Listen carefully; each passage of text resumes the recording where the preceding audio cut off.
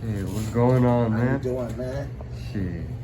Man, bro, how's your SkyGleemer brand been going, man, huh? It's been going great. So, I've just been really doing a lot of things other than music to expand the brand. And been doing a lot of, my thing is really market and research, you know what I'm saying? And really just looking at the demographics. I had some time now to sit back and study my first album, which is Welcome to SkyGleemer Planet. It's still on all platforms for people to purchase. But just to see how that did, you know what I'm saying, and the way that it was created and what it did, it was really proud to see the residuals come back off of that this month. But the SkyGleemer brand is doing well. We definitely expanded some things, like I said, apps. We're definitely pushing it for the clothing line and stuff like that as well. But we're gonna be pressing some things up as well with that. So everything is well. So that's what's up. Asking.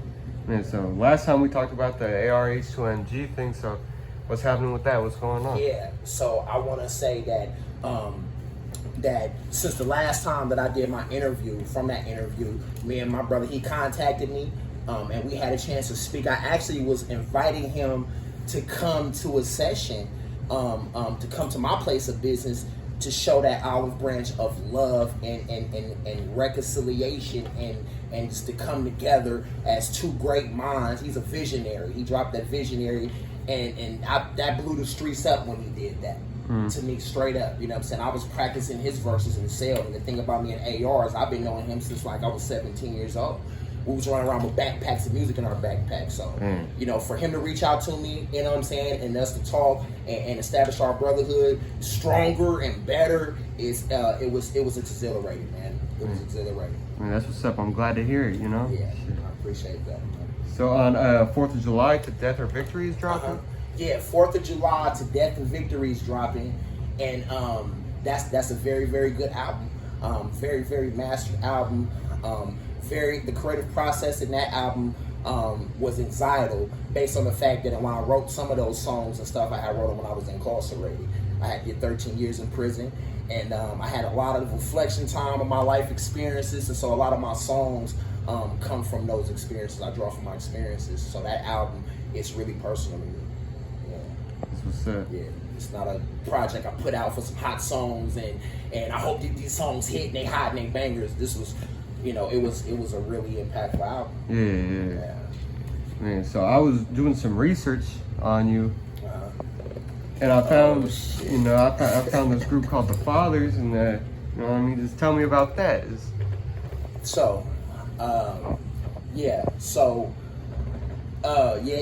It's rumored to have been a group called The Fathers. The significant and why they're called The Fathers is they have a lot of street children.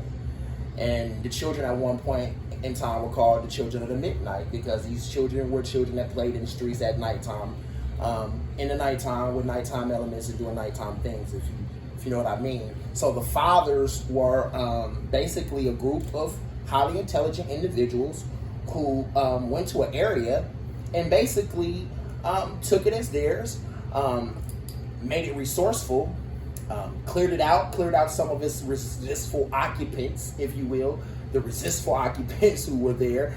And because of them, they set out a culture that was foreign to that culture. They were into a real gang-affiliated culture, and it wasn't a clique culture. It wasn't a mob culture.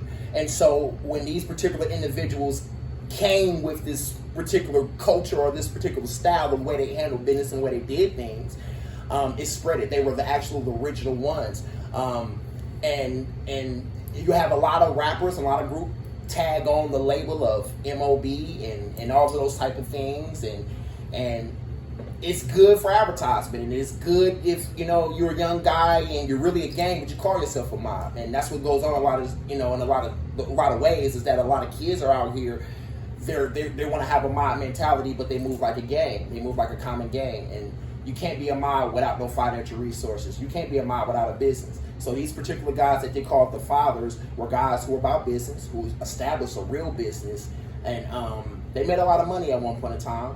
Unfortunately, like any other real crews and stuff like that, they started, catching cases. All of them had homicides, done long incarceration time periods, and other ones, unfortunately, has rested inside of grave sites.